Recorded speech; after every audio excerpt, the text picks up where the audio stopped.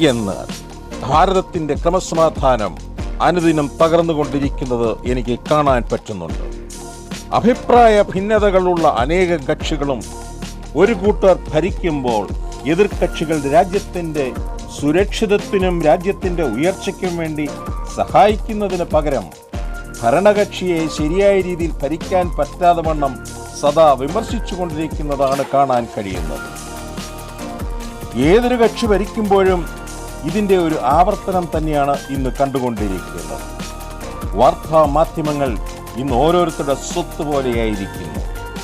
സ്വന്തം കക്ഷിയെ പുകഴ്ത്താനും എതിർകക്ഷികളുടെ നന്മകൾ കാണാൻ എവിടെയെങ്കിലും കുറ്റത്തിന്റെ പഴുത് കണ്ടുപിടിച്ച് അതിനെ ഉയർത്തിപ്പിടിക്കാനും തങ്ങൾക്ക് വിരോധമായിട്ടുള്ളവരെ തേജോവധം ചെയ്യാനും യാതൊരു ലജ്ജയുമില്ലാത്ത വിധം പത്രമാധ്യമങ്ങളും തകർന്നുകൊണ്ടിരിക്കുന്നു.